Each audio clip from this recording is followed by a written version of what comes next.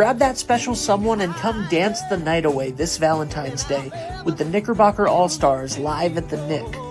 It'll be a night you'll remember forever, dancing to the music that you can never forget. Get your tickets for the Valentine's Day swing dance at the Nick today at nickmusic.com.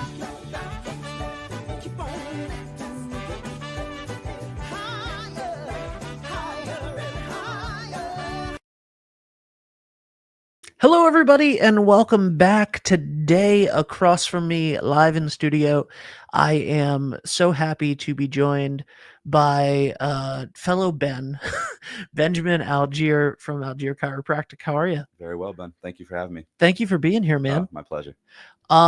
So tell me a little bit about your business. Sure. Yeah, I'm a chiropractor. I'm a Southern Rhode Island-based chiropractor. My office is up in Richmond, Rhode Island. We're off the old exit 3, now exit 7. I hate that. Yeah, it's tough. I had to change all my stuff, but we're still there. And I work with a lot of different diverse conditions and cases. We try to do our best to do individualized treatment plans for people, and just basically we're doing pain management. That's our goal. And while that's a broad answer, that's the easiest way to introduce myself. But I am very passionate about what I do. And again, I thank you for having me on here to talk about it a little bit. Well, thanks for being here, man. How did you get into it? Well, I had gone to a chiropractor when I was actually in high school. I got hurt playing soccer, and I was at Charahoe. I wasn't getting any relief with the other things that I was doing. My grandfather said, you should go to my chiropractor. His name was Dr. David Siciliano, local Wesley Chiro. He's now retired. And I was just thoroughly impressed. It was different than most medicines and medical applications I'd been to, and it got me better. And from then, I was young at the time. I always kept it in my mind, made it through high school, made it through college. I went to University of Rhode Island and got a degree in kinesiology. So that's like exercise science and health science and that like of stuff. And I just, at the end of the 4 years at URI, I did an internship at a local chiropractic clinic. And that's when it really became my goal. Yeah. That's awesome. I have so many questions. First of all, and this is a question that is very, I guess, me-centric. Have you seen, since the rise of work from home the last 5 years, and people sitting at a computer more often, hunched over, like, do you see more back issues from people that are now constantly, they're not moving their body as much anymore? Absolutely. Yes. Traditionally, even if they were going to the office, they were sitting. Right? Yeah. It's not like they were more active at the office, but I think the lack of getting out of the house and having a routine is definitely, you go from the bed to the couch to the desk and then, to the dinner table, and you never really get out of the house. I understand, especially in winter. I would say it's 50-50 in my office. You have blue collar injuries, sporting injuries, active injuries. And then you have the more passive injuries, which is, like you said, posture and sitting. And it has definitely increased in the last, post-COVID world we're in. And there's a lot of things that you can say are attributed to it, but I think the biggest cases that we see is neck pain, shoulder pain, headaches, and, the continuum of those issues when it comes to work from home. Yeah. So you were in high school when you first went to a chiropractor. I think it was, it was middle or high, it was in that range. I was about 12 to 13. And it was a really easy introduction to it, even being a younger child at the time. And I still encourage, children or parents to bring their children. And that's kind of where I started. So that's what I do with them. Yeah, I love that. So, and you went to Charahoe and then went to URI. Yes. Yep. What was your sport? Soccer? I played soccer. Yep. Nice. Soccer, track and field. Awesome. What year did you graduate? 2008. Charahoe. Okay. Yeah. You were 07 or 6. I was 05 actually. 05. All right. Yeah, I was 05. I knew we walked the halls together for a year or two. That's a lot of people get me confused with Dave, who's my creative partner for the last 20 years. So that's all right. He's Mr. DeAngelis. Yeah. What a great family. Little younger. Good people. So is it like, what made you want to come back and start your practice in Richmond? I mean, I know you're from there. That's a great question. And it's one that honestly, it's going to be hard to explain, but I'll try to keep it brief for everyone. When I was finishing my chiropractic degree, which we can get into after, you had to get hired somewhere. It's very hard to start up. You have the student loan debt. You don't really have any following. You have to work for someone typically. And the person I worked for was a chiropractor in Westerly. He was the one I shadowed. I had known him for many years. So I felt comfortable. I knew the practice. I knew a lot of people. I thought, hey, if I do go here and I am a little nervous or I am getting my feet under me, at least I know the people. And that was the real reason to come back. I also love Chariho. I love Rhode Island. I love New England. Yeah. And where I was down in Bridgeport, Connecticut, was very oversaturated with chiropractors as it was. So in terms of just market viability, that was a good thing to look at too at the time. Yeah, I assume that there's not a ton of competition in the Chariho area. Most people would have to come to Westerly or further north. It's Westerly, Wakefield, Warwick, the triangle. That's where more of them are. And there's a lot tons of them are, but there's tons of people that are in that area, right? The 3-town community. Exactly. Like a lot of people don't realize, because Chariho is 3 towns and it's really one big community. Mm-hmm. And that's because of the middle school and high school centrically, but also just in general, right? Like the 3 towns feel like one big town. Yeah. And when, I was looking up some stat earlier this year. I think it was when Westerly and Chariho were playing each other in football. And we were covering that. And somebody was like, well, Westerly is so much bigger. And I was like, well, it's bigger than each town individually. But if you look up the population of all 3 towns in Chariho, it's almost exactly the same. Chariho's actually got Westerly beat a little bit from a few thousand. By a few thousand. And so, I mean, I think it was an incredibly smart move going back home and starting the practice in Richmond. I don't even need to be here. You just stole my line. That's exactly what I did. I added up Hopkinton, Richmond, Charlestown. Yeah. I took a little bit off of Charlestown, the post, Route 1 side, that's seasonal. We had a little bit of the eastern side of Allentown, southern, West Greenwich, the extra West Greenwich line can come down 95. And the northern part of Westerly doesn't mind, if they're above 78, it's easy for them to get through Ashaway to the highway. So you can add all those up. And my rough estimate was I was going to be working with around 22 to 24,000 people. Yeah. Versus Westerly had like 27 to 28,000 at the time. With 6 or 7. Precisely. Yeah. With 6 or 7 chiropractors. So that was it. Yeah. And it is not a far drive, guys. So when Turco Animal Hospital closed last year, when Turco closed last year, we had to find a new vet for our cat. And I was like, I grew up with Dr. Fisher at Wood River Animal Hospital, and I was like, hey, let's go there. And and so I've always been the one that takes the cat to the appointments. And my girlfriend, who is not originally, she's been here for 15 years or something, but she's originally from the other side of Connecticut. She was like, I don't know how to get there. And I was like, it's the road that we live on. It's the road that we live on. It's just, we live in Westerly, but it's the road that we live on. Just drive straight. Keep going. Take a left out of our driveway and keep going straight for 15 minutes. And you're in the middle of Richmond. Exactly. You could go all the way to Providence on that road if you wanted to. You could. But I was like, I literally said that, and she was like nervous about it. And then she did it, and she was like, oh, that makes so much sense. And there's Richmond Market. So like, I stopped and got this. Yeah, you got Stop and Shop, CVS, what I mean? the gas stations. Mon Paz. YMCA is big. You got a lot of regular, and they're active. Yep. We're 20 minutes from anywhere. 20 minutes from anywhere, for sure. As much as I love Westerly, guys who are watching this from Westerly, don't get me wrong, I miss Richmond. Yeah. I love it. I loved Richmond. I was born in Westerly. I have a lot of time in Westerly. I love Westerly. And, a lot of my relatives, as an Algiere, there's a lot of Westerly culture in our family. Yep. But it just, in terms of market viability and just the low key nature, I find that I have a lot more regular patients. Yeah. Because they're not seasonal, right? So they're always there. They have a different, whether it's raking the leaves, shoveling the snow, putting the kayak on the car, or, I sat in my beach chair wrong. Every season has a new injury. So it's nice that they're here all year. That's great. I love that.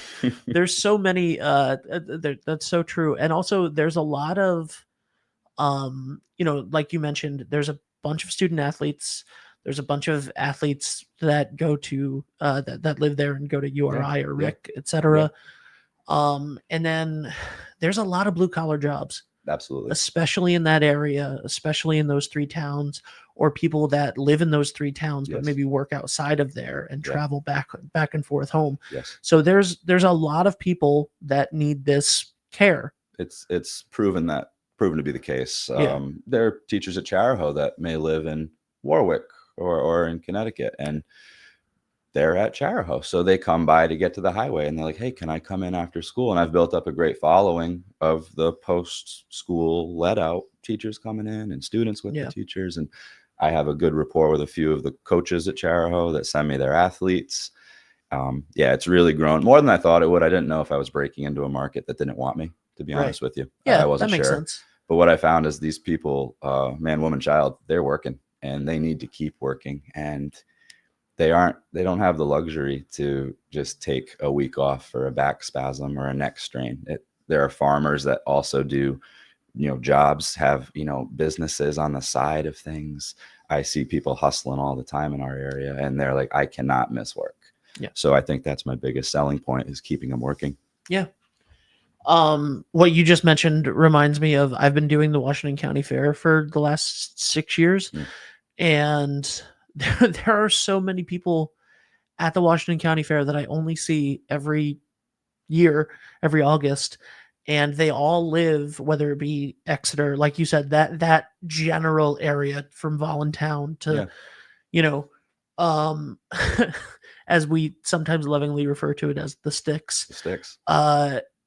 They are like the hardest working people that I've ever met. And they, like you said, they own farms and also have desk jobs and do like tons of other things, and are doctors and in their own right, and stuff like that. And it to the point where when we were looking for somebody to do camera work for Charahoe, we got an application and they mentioned that they were on Team Orange at the Washington County Fair, and I was like, yeah, you're hired. Like I trust you already. I don't remember if I've ever met you or not, but I know that you're going to be one of the most hardworking people that I could possibly do. So. The fair frenzy in August is legit. I mean, that is a frenzy when they're setting up and coming in, and the people that run it. It takes a lot out of them, and it doesn't really pay that well. Some of the booths and stuff, a lot of it's volunteer. Yeah, it's all so. All of the food booths are volunteer. 26 nonprofits involved in the fair every year, and that's their biggest fundraiser and only fundraiser. So you have people that work full time, that are taking their week of vacation to volunteer and work for a nonprofit so that they can then go help the Granges and the, all of these things. And a lot of them are like the volunteer firemen, the firewomen, the women's corps. They are, they're doing their regular job. They're volunteer firefighters, and they take a week of work in there in the hot summer sun. And it's commendable. Yeah. And it is necessary. We need that community feel in our area. Absolutely. And I'm very fortunate to get to tell their stories. And a lot of times people are like, thank you so much for all the work that you do. And I'm like, dude, I'm just sitting here pointing a camera at you while you're working. Like it's incredible. So when a person that drives an ambulance or is a firefighter or a police officer says you're a lifesaver to me for fixing their back, I said, hold on. Let's think about this here, because I think it's you guys that deserve the applause for sure. Yeah, that's so nice. But that's being the chiropractor in the area for that kind of has this like old throwback feel, a little bit of like back when everything was a small town and there was like a doctor. Yeah. I mean, if you want to talk for a minute about the history of chiropractic, Yeah. farmers on the Mississippi River in the late 1800s to early 1900s were hurting their backs. They ended up having all the travel on the waterways through there. One guy who started chiropractic had a practice right on where one of the ship's ferries would come right in. And there's stories about he had one of the first lit signs on the river and all these things in Davenport, Iowa. And he ended up having a huge successful practice off of the working class, blue collar. And I don't mean that in any certain way, but that's where we started. And it still holds true where we are. I laugh sometimes because we're not on a canal or a waterway, but we're off 95 and 138 and Route 3. Yeah. So all roads kind of go by us. And I've noticed that over the years. It's a very interesting parallel. That's awesome. So going back to getting a degree in chiropractic care, you said let's get into that a little bit later. What are some of the specifics? What does something like that happen? Prerequisite wise, you do need a bachelor's. So that's why, URI, when I started URI, it wasn't to specifically become a chiropractor. I knew I loved science. I was an athlete, loved sports in general. And it was easier for me to learn sciences than it was to learn maths and etc. So I really got into the kinesiology program. Kinesiology, it sounds fancy, but it's just kinesis, just movement. So it's the study of movement and the study of how your body moves. You can go anatomy, physiology, you can do health science, you can do nutrition, you can do cardiac rehab. There's all sorts of things you can do under the scope of kinesiology. What really worked for me was kinesiology was a 100% acceptance rate if you got your bachelor's to go to a chiropractic school, which then leads me to going to chiropractic school. I got my bachelor's and immediately applied. And the following fall semester after finishing school, my URI graduation wasn't that fun because I knew I had 4 more years starting in the fall. So I was looking around, everyone smiling, and I was like, oh man, did I make a mistake? I did not. It was a great decision. You start off, I decided to go to University of Bridgeport. They're no longer called University of Bridgeport. They were bought out by Sacred Heart, but they're still operating down in the Bridgeport area. I went there for mainly the location. It was close. It was right off 95. There was only 2 schools that are in the Northeast. Let's say there's one in New York and one in Connecticut. And the New York one is in Seneca Falls, which from Ashaway, Rhode Island was a 7.5-hour ride. So, and there was no planes really. So I decided to check out Bridgeport. And all connotations of that city aside, what a great time of my life it was down there. It was a really eye-opening kind of growth moment for me. Got into the school. It's like you would imagine. You have to crawl before you can walk, right? So you learn the basics. You get really into the anatomies and the sciences. I don't think people really understand how in depth it is. I mean, you're dealing with microbiology, you're dealing with pathology, you're dealing with chemical interactions of drugs and all sorts of things that people may be taking that could be masking symptoms. You need to know organic diseases. The number of times I have someone that has a gallbladder that needs to be taken out that looks like a rib pain is astounding, and you need to know what are the symptoms that are going with. You have cholecystitis or gallbladder inflammation or gallstones. Could look like a rib. So you may be wasting someone's time saying, nope, this is what it is. But the broad-based education that I was able to get at University of Bridgeport has undoubtedly helped me for the years of practice I've been doing now. And as you matriculate through, it gets more intense. And there are many boards. You take 5 board exams. The boards are national. It is very serious. These are from the boards. Okay. And then while you're doing your boards, you need to do your clinic entrance exams. And then you have to do the on campus clinic where you're supervised. There's someone over your shoulder the whole time. And then you have to do an externship where you're working in a clinic outside of the community. Right. And as you develop through that, you get your white coat, you get, graduated, so to speak, and you're practicing underneath someone's license. So they take it extremely seriously. And what I found was the people that I was able to work with in Bridgeport, it was a very diverse community, all people from all walks of life. And there was a lot of people that didn't have any money at all. So I was able to work with people that were really on their last legs. It was a free health clinic, but they were so grateful for what we could do, even if it was a little bit. And there were people that only spoke Spanish that came in, and we would translate. I would learn a few phrases just to get through. They were the most wonderful people that I worked with. And it allowed me to get some confidence that I can actually take all that learning and education, which was overwhelming and stressful, and apply it. And that's really, it took till that last semester or two. And it was an extra 4 years. It's a full, whatever people say, it's it's a weekend course. Chiro's not a real doctor. I don't care. I don't get offended. I'd like them to sit with me for those 4 years, because there was at least 3 years where you almost didn't talk about chiropractic. You were in cadaver lab for a year working on a human. You had to learn all that stuff. There was, clinical rotations where you would just watch. And there were different labs where you would have to practice 100 times how to do a certain adjustment or an evaluation or a testing protocol. And I wouldn't say it's for the weak. It really was, I would have quit after you just described that to me. Yeah. So. You're in, you got, once you have the student loan signed up, you're kind of in, you know what I mean? You can't back out then. Yeah. You still got to pay it. So you might as well push through. Yeah, absolutely.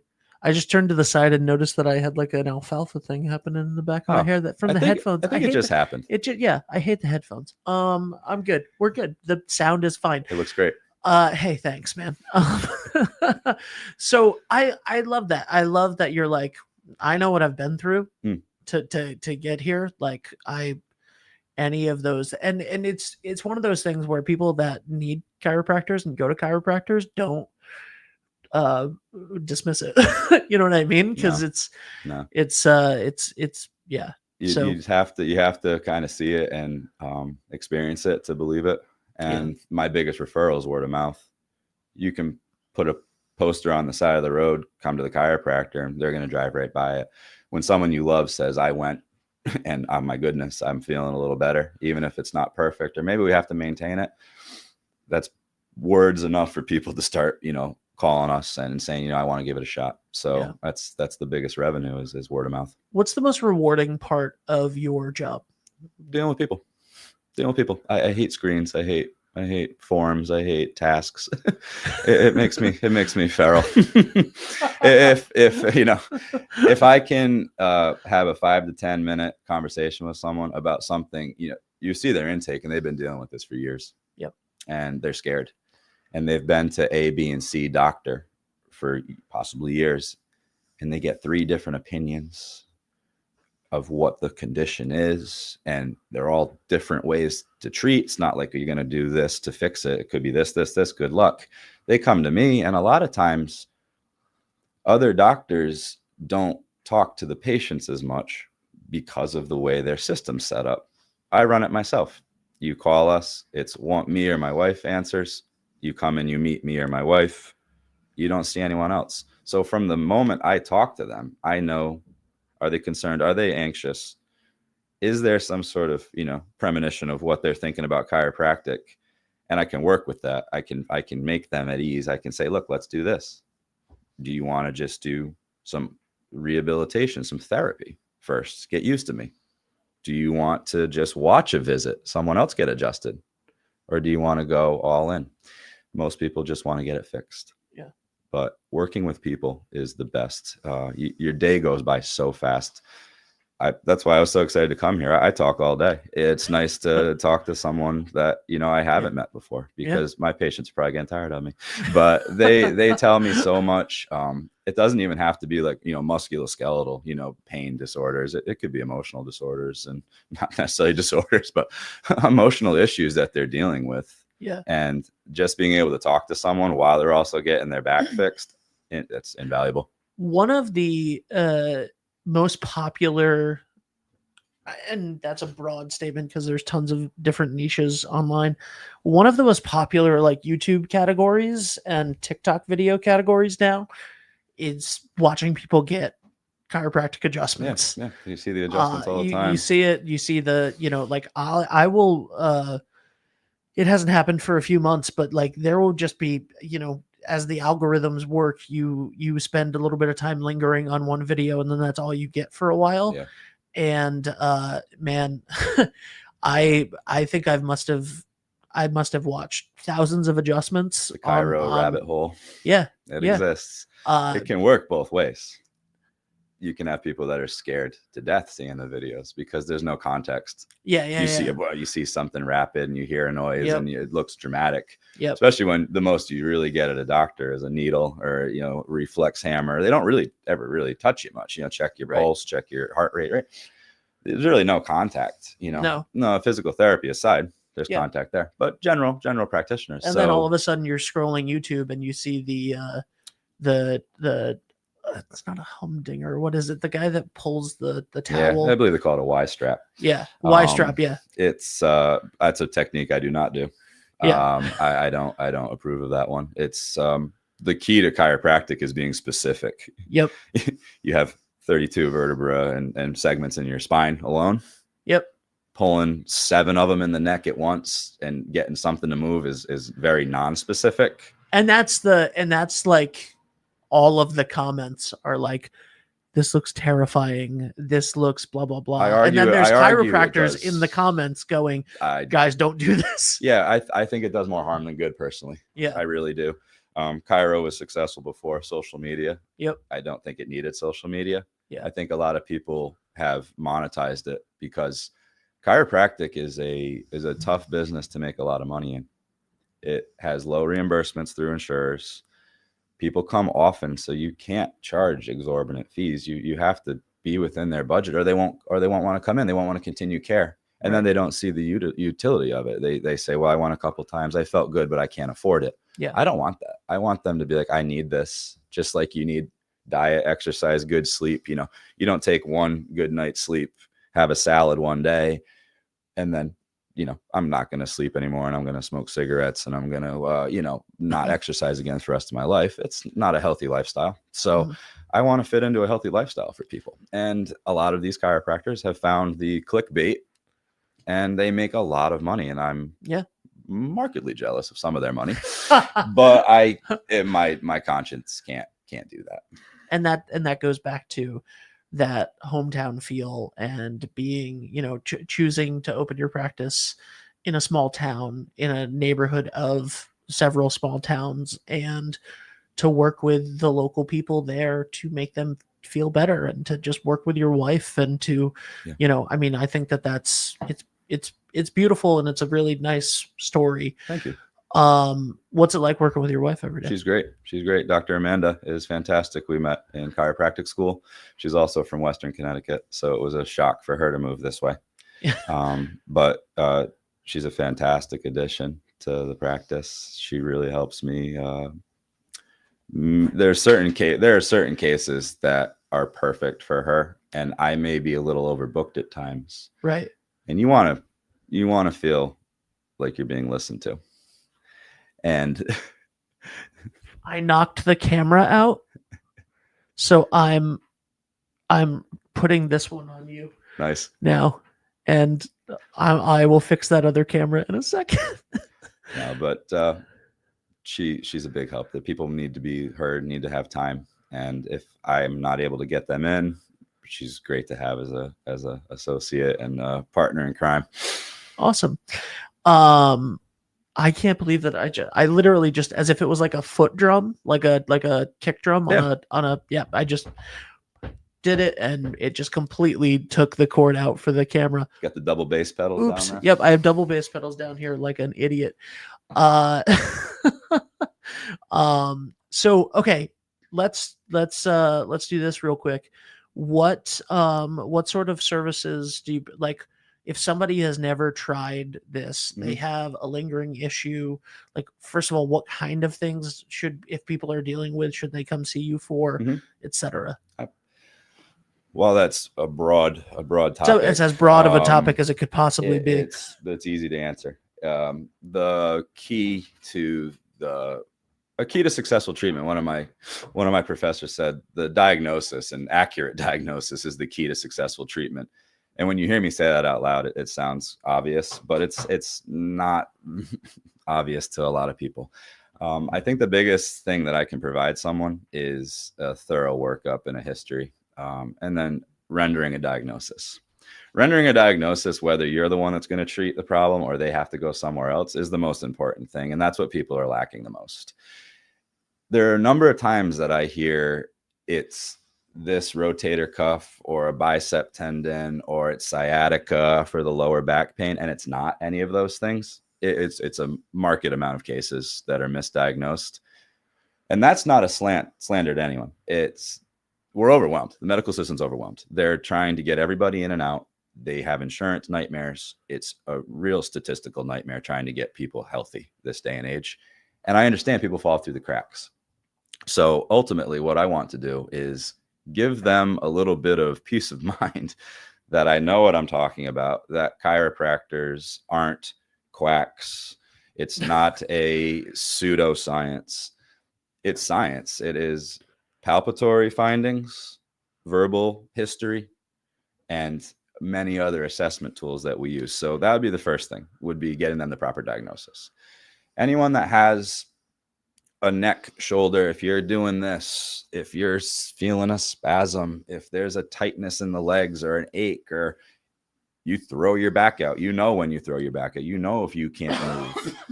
Yeah. Those are all things that we can work on. And I don't advertise any more than that because you don't want to over advertise chiropractic. Yeah. It sells itself if they come in. But the number of times I have people come in that say, I'm having difficulty breathing. I had a clear chest x-ray. My O2 numbers are fine. I don't have a virus. And we do an adjustment in their mid-thoracic that allows the diaphragm to move as it should. And they say, I think I'm breathing better already. That's something I can't advertise, but It's something that does happen. And the number of things, number of conditions or complaints that I've fixed that you would never read about is kind of astonishing. And I'm glad I'm here because there's a lot of things that I do that people would say that's absolute nonsense. I have had a lot of cases. Most of them go well. Not everyone does, but most of them go well. And over the last 8 years, I have built a pattern for diagnostics. Where do they fit? Is it muscular? Is it bony, like an arthritis or a cartilage irritation, right? Is it posture?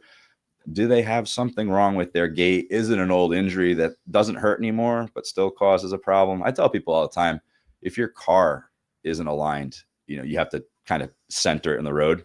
It's not that annoying if you go from Westerly to Hopkinton, but if you go to Maine, you're going to be like, wow, this is really annoying. And I have shoulder pain now and it's annoying me, right? Yeah. If you keep doing things that aren't necessarily a big deal, they will manifest, right? Yeah. So I think a lot of people that are coming to me are saying, I'm fed up with whatever I'm dealing with. It doesn't always have to be pain. People in pain is my main source of revenue. But that's not the easiest way to do business. The easiest way to do business, and there's another chiropractor that's in my area that has mirrored this same sentiment, that it's way easier to keep people healthy than it is to get them out of pain. Yeah. That initial visit can be very daunting. They can barely get in the car. I have people get walked in, helped in, and that limits what you can do. And it's because it waited so long. It's easier to put a fire out before it spreads to the whole house, right? So and these things sound commonsensical when I say them, but unfortunately, that's not the way people think. No, and you have people that, go their whole lives refusing to get help for stuff, refusing to go to the doctor. Like some of the people that we've mentioned in this, my dad, God rest his soul, included, would rather have chopped off his right arm than go to a doctor. Like he just wouldn't do it, and could have benefited from your services greatly. Worked at a mill for 54 years, 59, something like that. Very long time. My condolences. And that's all right. For him working in a mill, I'm kidding. Probably one led to the other, unfortunately. Actually, that's very true. It did, but anyway, sorry. I have such gallows humor over the whole You kind of have to this day and age, Oh, don't you? yeah. Both of my parents passed away within a couple months of each other, and it was right in the height of COVID, so I didn't get to see either of them for the 6 months before. So like, just life is crazy, and you got to laugh about it. I haven't run into you since then, but I do remember the social media, and my thoughts are with you still. Thank you. I Seems like appreciate you it. bounced back pretty well. I mean, yeah, panic attacks every once in a while, but like, but in general, like you gotta, it is what it is. That being said, though, like people like my father refuse to go. Like they're just tough guys that don't want to go get help, don't want to, don't want to see a chiropractor, don't want to go see a doctor. And then once you do, you're like, oh, this is great. I should do this. Quickly become like a family with people. Yeah. They're like my second and third cousins at a certain point. I swear to God, I could walk into their house and they'd make a plate of food. Some probably hate me, but most of them are really great. And once they see that you're invested in them, they invest in you. And it doesn't matter, man, woman, child, rich, poor, blue collar, white collar. Yeah. They just want to be heard. Yeah. I treat a lot of doctors from the area, dentists, podiatric surgeons, medical doctors, internists, PAs, RNs. We have some nurse practitioners that are in, and we treat fire, ambulance, police officers. We treat all sorts of walks of life. And like I said, if anybody you can with a skeleton, anyone with a skeleton, anyone that picks up the phone and calls me and makes that step, you can come in. Yeah. That's all I want, is just give us a shot. And the one thing that I think people also appreciate, I don't sell treatment plans. And what does that mean? Where I worked in Westerly, that office will remain nameless, but they sell treatment plans, and it scares people away. And every plan is the same, but every case is different. So people are very intuitive. They can figure this out, and they can talk to people. Oh, you did the same thing. He did that to you. She did that to you. They get a connotation that we're scamming them. And that's another thing, with the pseudoscience and the weekend degree and all the things. I mean, I think Family Guy even jokes about it. It's out there in the literature. And there is no evidence that every single person needs the exact same treatment plan.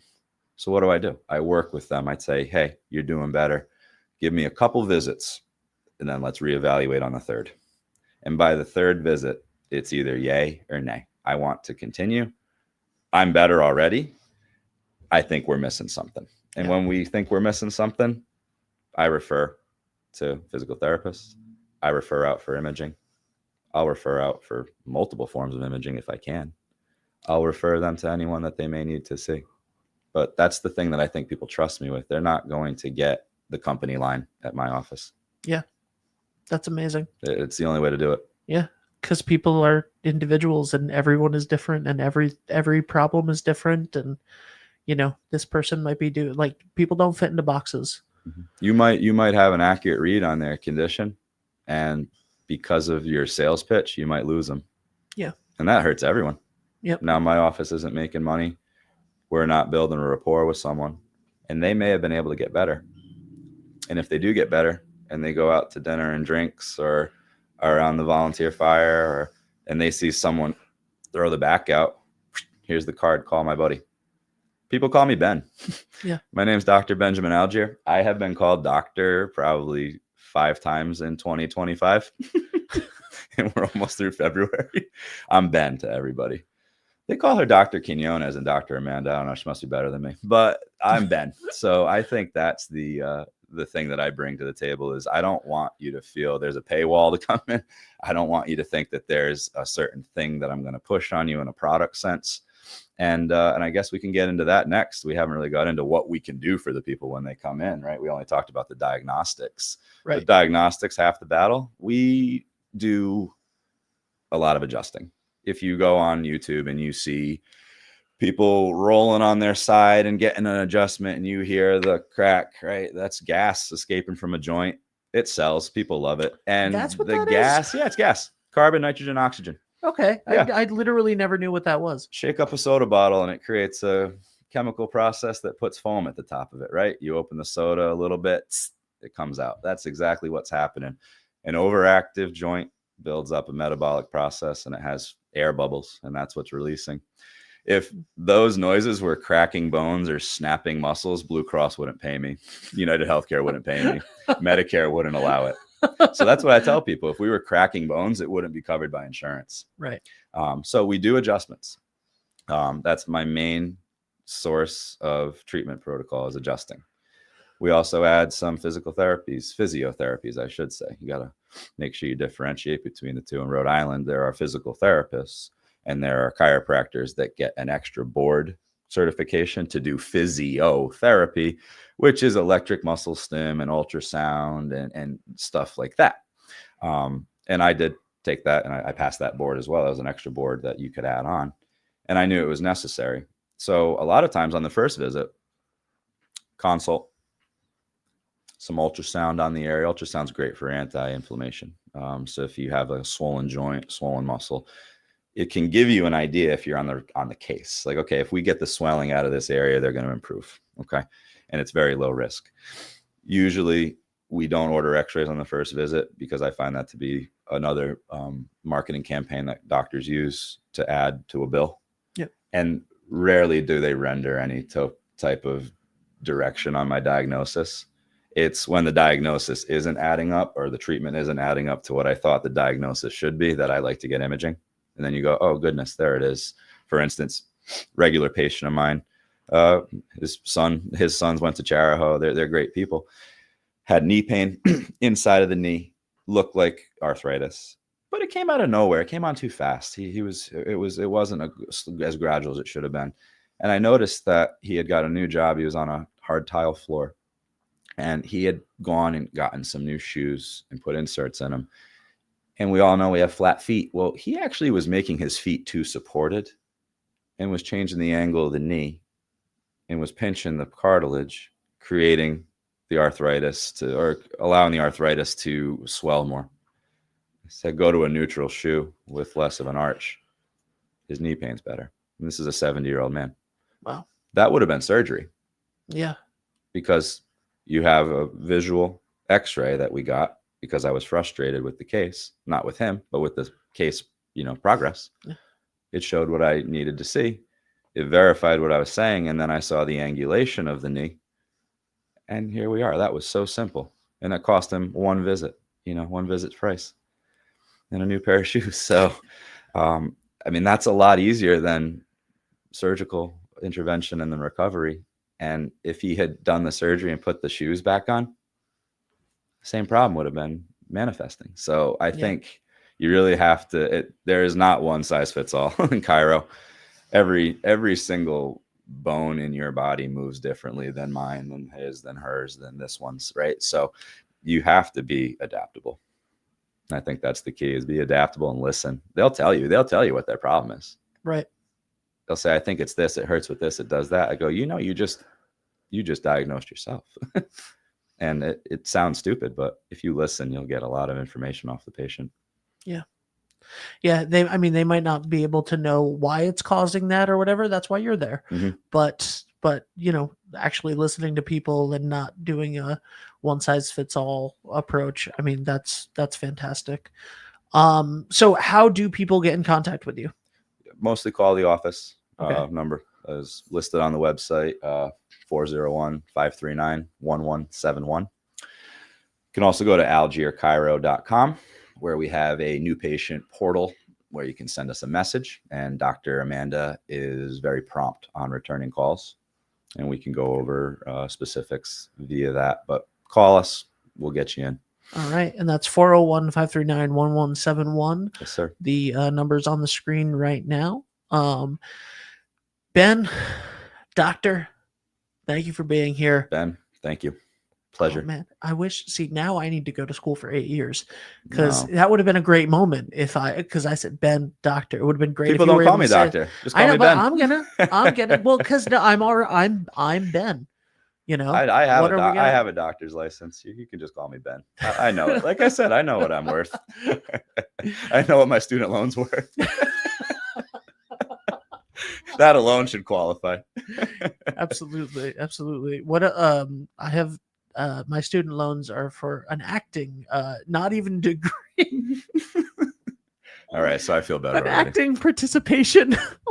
literally, Well, but literally though, after I left college, they changed the program to start offering a bachelor's, that there was a path to a bachelor's degree.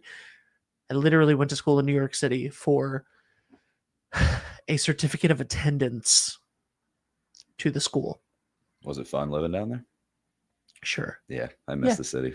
Yeah, it was fun living down there. Yeah, it was great. But $60,000 a year for a certificate of attendance? Yeah.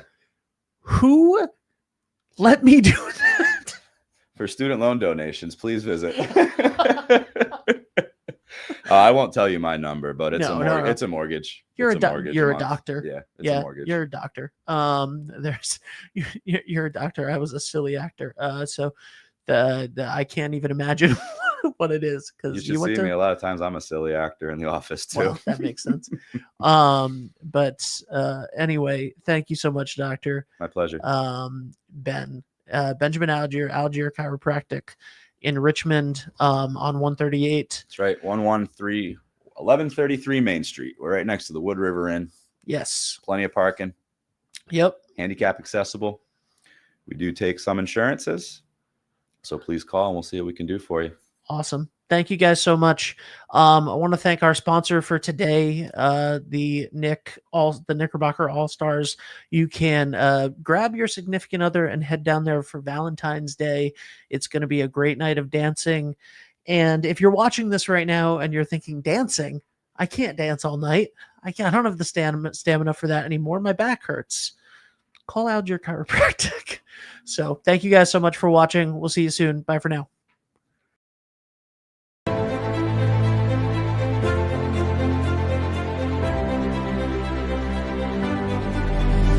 Touchdown, Wesley!